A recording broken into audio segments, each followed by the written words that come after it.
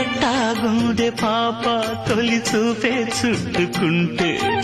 ఏదో కొత్త ఊపే ఎటువైపు నెట్టేస్తుంటే ఉండుండి ఎటుంచో ఒక నవ్వే తాకుతోంది మొత్తంగా ప్రపంచం మహగమ్మత్తుగా ఉంది